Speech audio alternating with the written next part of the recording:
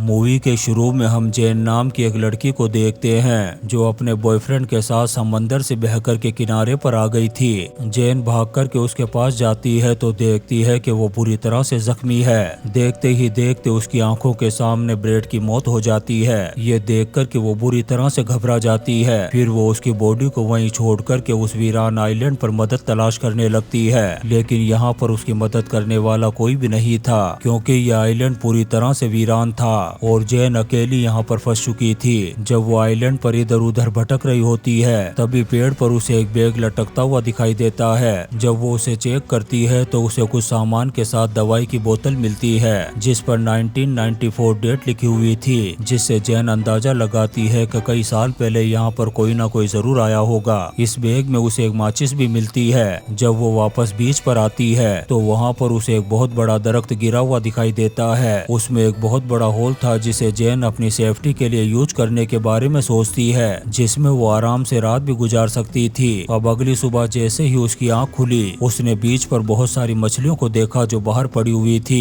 यहीं पर उसे एक बेबी शार्क नजर आती है जिसका आधा सिर गायब था। वो अपने खाने के लिए कुछ मछलियों को इकट्ठा करती है। फिर जब वो उन मछलियों को लेकर के आगे बढ़ रही थी तभी उसे एक ऐसी जगह दिखाई देती है जिसे देख कर के लग रहा था कि जैसे यहाँ पर कुछ लोगों को दफन किया गया हो। दरअसल यहाँ पर 3 कब्रें थी। तब जेन भी एक कब्र खोदती है ताकि वो अपने बॉयफ्रेंड ब्रेड की बॉडी को दफना सके। फिर अगली सुबह जेन जब समंदर के किनारे घूम रही होती है तब ये देख कर के घबरा जाती है तो देखती है कि उसके बॉयफ्रेंड ब्रेड की डेड बॉडी कब्र से बाहर पड़ी हुई थी और उसका आधा हिस्सा भी गायब था। ऐसा लग रहा था कि जैसे किसी ने उसे अपना डिनर बना लिया हो। उसे कुछ भी समझ में नहीं आ रहा था कि आखिर यहाँ पर ऐसा कौन है। फिर उसे लगने लगता है कि शायद ये किसी जानवर ने किया होगा। अब वो अपने आप को प्रोटेक्ट करने के लिए एक लकड़ी लेती है और उसका वेपन बनाती है। फिर वहीं समंदर के किनारे बैठ कर के उस जानवर के आने का वेट करती है। ऐसे ही इंतजार करते करते रात हो चुकी थी और थकान की वजह से जेन को भी नींद आ जाती है, लेकिन रात को उसके पास कोई भी नहीं आता। फिर अगली सुबह जब उसकी आंख खुलती है तो वो एक सूटकेस को देखती है जो समंदर के पानी में तैर रहा था। जब वो पानी में तैर करके उस सूटकेस के पास पहुंचती है तभी अचानक से उसे अपने पैरों के नीचे कुछ महसूस होने लगता है। जब वो पानी के नीचे जाकर के देखती है तो उसे एक होल दिखाई देता है जिसे देखने के बाद उसकी पैंट गीली हो गई थी। वो फौरन उस सूटकेस को लेती है और किनारे पर आ जाती है। फिर जब वो उसे खोल करके देखती है तो उसमें कुछ कपड़े और शूज थे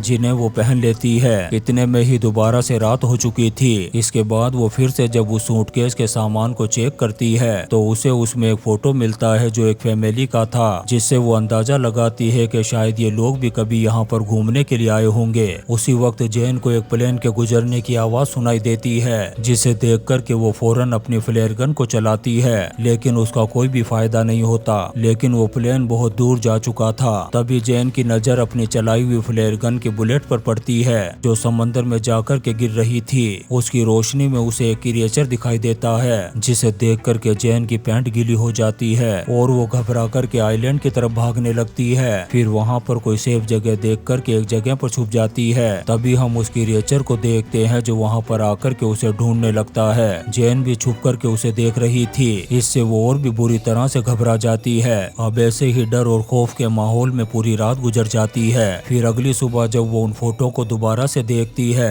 तभी वो इनमें से एक फोटो में 2 चमकती हुई आंखों को नोटिस करती है, जिससे वो समझ जाती है कि ये वही क्रिएचर है जो रात को उसने देखा था और इसी ने उस फैमिली को नासा के रॉकेट में बिठाया होगा। ये सोचकर के जेन फैसला करती है कि चाहे कुछ भी हो जाए मुझे जल्द से जल्द इस आइलैंड से निकलना होगा। अब वो फिर से उस सूटकेस को खोलती है और उसमें एक लाइफ जैकेट रखती है ताकि वो उसके जरिए से तैर करके इस आइलैंड से निकल सके। इसके बाद जब वो उस सूटकेस में बैठ करके निकलने की कोशिश करती है पर वो कामयाब नहीं होती और वो सूटकेस पलट जाता है और वो फिर से उसी आइलैंड पर वापस आ जाती है। लेकिन उसे उस क्रिएचर से बचने के लिए किसी सेफ जगह की तलाश थी। तभी उसे वो गिरा हुआ पेड़ याद आता है जिसमें एक बड़ा होल बना हुआ था। वो रात को उसी होल में सोकर के गुजारने का फैसला करती है। लेकिन जब आधी रात होती है तो वो क्रिएचर पानी से बाहर निकलता है और उसे पता चल जाता है कि शिकार इसी दरख्त के अंदर छुपा हुआ है। वो क्रिएचर उस दरख्त पर हमला करता है लेकिन वो उसे तोड़ नहीं पाता। जब सुबह वो उस दरख्त के होल से बाहर निकलती है तो देखती है कि उस क्रिएचर ने इस दरख्त की ऐसी की तैसी कर दी थी। अब वो एक नया आइडिया लगाते हुए समंदर से छोटी मछलियों को पकड़ती है ताकि वो उनके जरिए से बड़ी मछली का शिकार कर सके। फिर वो एक बड़ी मछली को पकड़ कर के लाती है और दरख्त के बाहर लटका देती है, ये सोच कर के जब रात को वो क्रिएचर आएगा तो वो इस बड़ी मछली को खा कर के वापस चला जाएगा। इस तरह से उसकी जान भी बच जाएगी। जब सुबह होती है तो जेन देखती है कि उसका ये प्लान काम कर गया था। क्रिएचर उस मछली को खा कर के चला गया था। तभी अचानक से उसकी नजर समंदर की तरफ जाती है। वहाँ पर वो एक डेड बॉडी को देखती है जो समंदर में तैर रही थी। जब वो उस बॉडी के पास जाकर के देखती है तो वो आधी गल चुकी थी।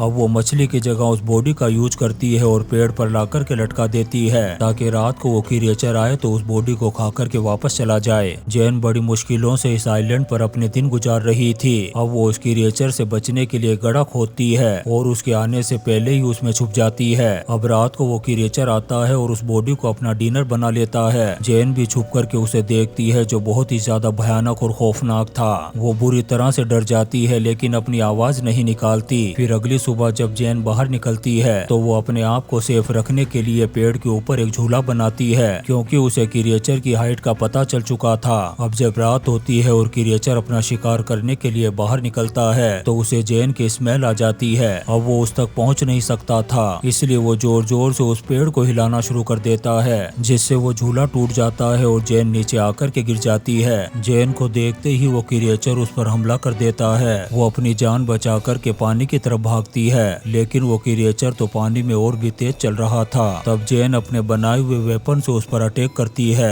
वो क्रिएचर उसे उठा कर के पानी में फेंक देता है। जब वो अपने आप को संभालती है तो देखती है कि वो क्रिएचर वापस जा चुका था। वो पानी से बाहर निकलती है और एक दरख्त के ऊपर चढ़ कर के बैठ जाती है। फिर जब सुबह होती है तो वो देखती है कि उसका पैर बुरी तरह से जख्मी हो चुका था। इसके लिए वो अपने जख्म को साफ करने के लिए समंदर में जाती है और नहाने लगती है। तभी उसे दूर एक राफ्ट दिखाई देता है जिसमें उसके दोस्त थे जो किसी तरह से बच कर के यहाँ तक आ गए थे। उनका नाम लूकस और मिया था। उन्हें देख कर के जेन बहुत खुश हो गई थी और उसमें हिम्मत भी आ जाती है। वो दोनों भी अब इस आइलैंड पर आ जाते हैं। यहाँ पर जेन उन्हें खाने के लिए कुछ मछलियाँ देती है। फिर उस क्रिएचर के बारे में बताती है और कहती है कि हमें जल्द से जल्द इस आइलैंड से निकलना होगा। वो उन्हें बताती है कि मैं पिछले 7 दिनों से यहीं पर फंसी हुई हूँ, लेकिन लूकस और मिया उसकी बात पर यकीन नहीं करते। उन्हें लग रहा था कि ये ऐसे ही डराने की कोशिश कर रही है। वो जेन से कहते हैं कि हम पिछले 5 दिन से समंदर में भटक रहे थे, बड़ी मुश्किल से तो हमें ये आइलैंड मिला है, इसलिए अब हम यहाँ से वापस नहीं जाना चाहते। तब जेन उन्हें वो फोटोज दिखाती है जिसमें वो क्रिएचर साफ साफ दिखाई दे रहा था, लेकिन फिर भी वो जेन की बात पर भरोसा नहीं करते। अब जेन अपनी जान बचाने के लिए उनकी राफ्ट लेकर के यहाँ से भागने का फैसला करती है और जब वो उनकी राफ्ट में बैठ कर के भागने की कोशिश करने लगती है तभी ये दोनों भाग कर के उसे पकड़ लेते हैं और मिया राफ्ट का चाकू उसके सर पर मारती है जिससे जेन बेहोश हो गई थी। अब रात को जब जेन को होश आता है तो वो अपने आप को बंधा हुआ पाती है। वो लूकस और मिया को समझाते हुए कहती है कि प्लीज मुझे खोल दो, लेकिन वो इसकी एक बात नहीं सुनते। इसके बाद मिया उस आइलैंड पर इधर उधर घूमने के लिए चली जाती है और लूकस जेन के पास ही बैठा रहता है। उधर वो क्रिएचर पानी से बाहर निकलता है और मिया पर अटैक कर देता है। मिया की चीखों की आवाज को सुनकर के लूकस उसकी तरफ भागता है, लेकिन तब तक वो मिया को अपने साथ खींच करके पानी में ले जा चुका था। ये देख कर के लूकस भी बुरी तरह से डर गया था। वो एक पेड़ पर चढ़ कर के रात गुजारता है। जब सुबह होती है तब भी लूकस पेड़ से नीचे नहीं उतरता क्योंकि वो बहुत ज्यादा डरा और घबराया हुआ था। उसे अब जेन की बातों पर यकीन हो गया था। जब जेन उसे कहती है कि वो क्रिएचर सिर्फ रात को ही बाहर निकलता है, ये सुनकर के लूकस का डर थोड़ा कम होता है और वो पेड़ से नीचे उतर जाता है। इसके बाद जेन उसे कहती है कि हमें यहाँ से जल्दी निकलना होगा। तब लूकस भी इसके लिए तैयार हो जाता है। इसके बाद ये अपने खाने के लिए मछलियाँ और कुछ कोकोनट के साथ बहुत सारा सामान लेते हैं ताकि ज्यादा से ज्यादा दिन तक समुद्र में सरवाइव कर सके। जेन अपने फ्लेयर गन भी ले लेती है ताकि जरूरत पड़ने पर उसका यूज कर सके। वहीं लूकस अभी भी बहुत ज्यादा डरा हुआ नजर आ रहा था। जेन उसे कहती है कि वो क्रिएचर सिर्फ रात को बाहर आता है, इसलिए हम रात होने से पहले ही यहाँ से बहुत दूर चले जाएंगे। जब जेन राफ्ट में बैठती है तो उसमें बहुत सारा खून लगा हुआ देखती है जिससे वो समझ जाती है कि इन्होंने समंदर में सरवाइव करने के लिए किसी इंसान को अपना नाश्ता बनाया होगा, लेकिन वो इस बारे में ज्यादा नहीं सोचती और लूकस के साथ यहाँ से निकलने लगती है। तभी थोड़ी देर बाद पानी में लूकस को वही क्रिएचर नजर आता है जिसे देख कर के ये दोनों घबरा जाते हैं और फौरन अपने राफ्ट को चारों तरफ से कवर कर लेते हैं, लेकिन वो क्रिएचर इनके राफ्ट को फाड़ कर के अंदर आ जाता है और इन पर अटैक कर देता है।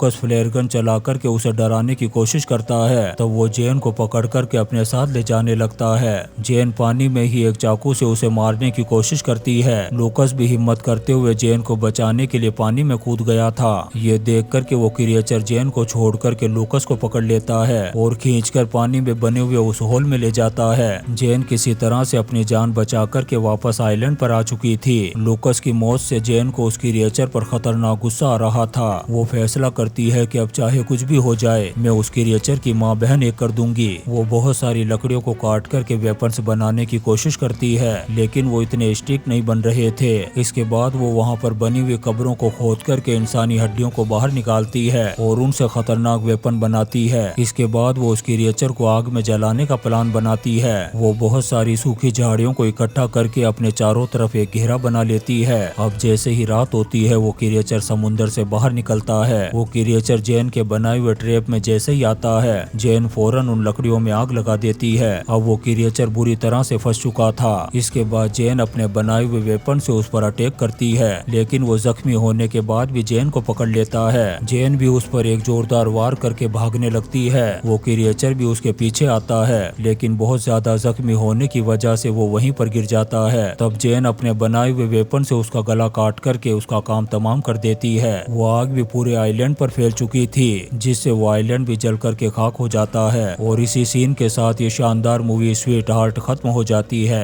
दोस्तों हम आपके लिए ऐसी ही इंटरेस्टिंग मूवीज एक्सप्लेन करते रहेंगे तो आप चैनल को सब्सक्राइब जरूर करें और लाइक और कमेंट्स भी करें। Thank you.